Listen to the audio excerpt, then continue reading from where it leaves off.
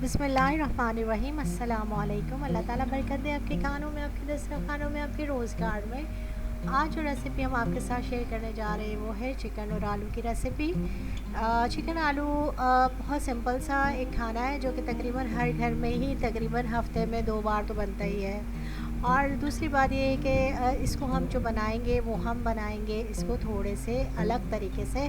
तो देखते हैं कैसा मज़ेदार ये बनता है। चलें जी, चैनल की तरफ आ जाइए। पहले मेरे चैनल को कर लीजिए लाइक, उसके बाद कर दीजिए सब्सक्राइब और बेल बटन को भी प्रेस कर दीजिए ताकि हर नई आने वाली वीडियो का नोटिफिकेशन आपको टाइम पर मिल जाए। मेरी वीडियो को एंड तक ज़रूर देखिएगा। और जिन्होंने मेरे चैनल को सब्सक्राइब कर लिया उनका बहुत बहुत शुक्रिया, और जिन्होंने नहीं किया वो भी सब्सक्राइब कर लें। और मेरी सारी रेसिपी आपको डिस्क्रिप्शन बॉक्स में बहुत इजीली मिल जाएगी।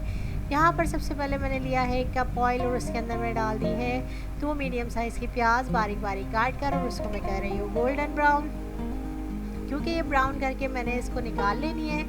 और बाज़ इस तरह से भी करते हैं कि इसी प्याज के अंदर जी हम मसाले डालकर और पकाना शुरू कर देते हैं। एक तो मेथड ये भी है, दूसरा लेकिन इसमें मैं क्या कर रही हूँ, थोड़ा सा इसमें अच्छा डिफरेंट एक टेस्ट लाने के लिए ये प्याज को मैंने ब्राउन करके निकाल लिया है, चूँकि हम बाद में इसको ऐड करेंगे। सिंपल से खानों को भी अगर आप थोड़ा सा आगे पीछे करके बनाते हैं तो उसमें भी बहुत मज़ा आता है। तो अब जो ऑयल बच गया था प्याज ब्राउन करने के बाद उसके अंदर मैं डाल रही हूँ चिकन। ये तकरीबन एक पूरा चिकन है, और ये क्या कहते हैं, मतलब पूरे चिकन से बना दिए कि इसके अंदर तमाम इसके पार्ट्स होंगे और उसी से हम बनाएंगे। तो इसमें मैंने लिया है तकरीबन ये 500 ग्राम जो मेरे पास चिकन है, और इतने ही मैं आलू लूँगी। तो अभी फ़िलहाल ये कि हम चिकन को भून रहे हैं ऑयल में, और इसको मैं गोल्डन होने तक फ्राई करूँगी, और ताकि इसकी स्मेल निकल जाए चिकन की अच्छे से। चिकन की स्मेल निकलनी बहुत ज़रूरी है, क्योंकि चिकन में कुछ बहुत ही अलग किस्म की स्मेल होती है और ये बड़ी देर में ही ये ख़त्म होती है। और इस तरह से फिर बहुत ज़्यादा अगर कुक कर लेते हैं तो ये हार्ड हो जाती है, तो ये बड़ी ट्रिकी होती है बनानी। तो यहाँ देखें इसका कलर बिल्कुल वाइट हो चुका है, और क्या कहते हैं इसका मतलब है इसकी स्मेल निकल चुकी है और चिकन का जो अपना पानी था वो ख़त्म हो चुका है। अब इसमें से मैं डाल रही हूँ लहसुन अदरक का पेस्ट, जो कि मैंने तकरीबन 1 टेबल स्पून मैंने डाल दिया है इसमें। लहसुन अदरक के साथ भी हमने इसको भून लिया। अब हम बाकी के मसाले डालेंगे। मैं डाल रही हूँ 1 टीस्पून इसमें लाल मिर्च का पाउडर, 1 टीस्पून इसमें धनिया पाउडर गया है। धनिया पाउडर हम थोड़ा सा भर के ही लेंगे, थोड़ा सा ज़्यादा हो जाएगा। और इसके अंदर डालूँगी हल्दी, जो कि 1/4 टीस्पून होगी। ये 3 बेसिक मसाले हैं जो कि हम हर खाने में ही ऐड करते हैं। और यहाँ पे ½ टीस्पून मैंने सॉल्ट ले लिया है। अब इसको मसालों के साथ भूनूंगी। थोड़ा सा मैंने पानी ऐड कर दिया है क्योंकि नीचे से मसाला थोड़ा सा ड्राई हो गया था और वरना जल जाएगा। तो इसको उस तरह से हम भूनना शुरू करेंगे। मिनटों में ये मसाला भुन जाएगा, और क्या कहते हैं इतना हमें टाइम भी नहीं लगेगा। जब इसके अंदर से एक बेहतरीन सी खुशबू आ जाएगी तो फिर हम इसके अंदर बाकी के मसाले भी ऐड करेंगे। अच्छा, इसको अगर कुकर में भी बहुत सारे लोग बना लेते हैं क्योंकि बहुत क्विक बनता है, लेकिन उसमें वो टेस्ट नहीं आता। अगर चिकन और आलू को अगर आप धीमी आंच पे रख के पकाते हैं तो जो उसका जो एक यखनी निकलती है और पकना स्लो पकता है तो उसका टेस्ट अलग ही आता है। तो यहाँ देखिए मेरा मसाला जो है ये भुनना शुरू हो चुका है, और इसमें से खुशबू भी तकरीबन आने ही लगी है। और क्योंकि असल मसाला जो होता है वो होता है धनिया पाउडर, इसमें उसको हमें भूनना ज़रूरी होता है, और थोड़ी सी हल्दी को भी। तो लाल मिर्च का तो इतना इशू होता नहीं है। यहाँ पर हम इसको भून रहे हैं। मैंने थोड़ा सा इसको चलाना छोड़ दिया था, और इसको वैसे थोड़ी देर बाद छोड़ के हम इसी तरह चलाएंगे।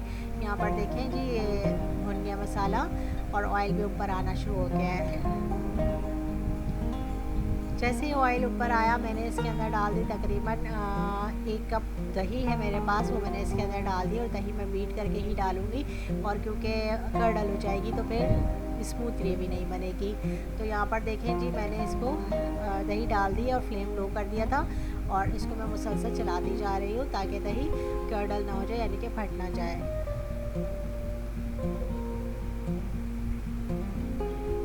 अगर हम प्याज ये सोचकर ज़्यादा डालेंगे कि जी बहुत अच्छा मसाला बनेगा, लेकिन उससे ये होता है कि सालन जो है मीठा हो जाता है। लेकिन ये कि ये जो रेशो मैं यहाँ पर आपको बता रही हूँ बिल्कुल परफेक्ट है, ना सालन मीठा हुआ था और ना दही की वजह से खट्टा हुआ था। तो यहाँ बिल्कुल बैलेंस था। और इसी के साथ जैसे ही दही भुन गई है, देखिए ऑयल ऊपर आ गया, तो मैंने यहाँ पर आलू ले लिए, जो कि तकरीबन मेरे पास थे आधा किलो से कम ही थे। 3 बड़े साइज़ के आलू मेरे पास, ये मैंने इसके अंदर शामिल कर दिए। इनको एक साथ ही भून रही हूँ क्योंकि चिकन का और आलू का जो है कुकिंग टाइम और जो इनका है वो तकरीबन सेम ही है, तो मैंने इसीलिए दोनों को एक साथ ही डाल दिया। और जब हम इसके अंदर पानी डालेंगे ग्रेवी के लिए, तो ये एक साथ कुक हो जाएगा। हमें ऐसा नहीं करना कि पहले हम चिकन मिला लें और फिर आलू डालें, क्योंकि फिर चिकन गल जाएगी और फिर वो टूट जाएगी। और इस तरह से हम पहले आलू को डालेंगे, साथ साथ इसको भून लेंगे। और जो प्याज मैंने फ्राई करके निकाल ली थी, उसको हमने एक साइड पर रख दिया था, तो ये क्रिस्पी हो गई है। तो मैं आपको यहाँ पे एक चीज़ दिखाऊँ, देखिए इस तरह ये क्रिस्पी प्याज हो जाती है, तो हम इसको इस तरह हाथ से भी क्रश कर सकते हैं, और अदरवाइज़ आप इसको ब्लेंडर में चला के स्मूथ सा इसको पीस लें। तो यहाँ पर मैंने इसको प्याज को इस तरह से कर लिया है, हाथों से ही कर लिया था। तो ये देखें बारीक बारीक हो गई है, और मैंने इसको अब इस मसाले के साथ ऐड कर दिया है। ब्राउन प्याज है, बहुत अच्छा ब्राउन कलर आया हुआ है प्याज का। तो ये देखें सालन का भी कलर कितना अच्छा आया है। और अब इसी के साथ थोड़ा सा मैंने पानी डाला है। अब हम इसको पकाने के लिए रख देंगे। आपकी रिक्वायरमेंट है कि आप इसके अंदर कितनी ग्रेवी, कितना शोरबा रखना चाहते हैं, तो उसी हिसाब से होता है, क्योंकि बहुत सारे लोग ये बॉयल्ड राइस के साथ खाते हैं, तो उनको शोरबा शायद ज़्यादा चाहिए होगा।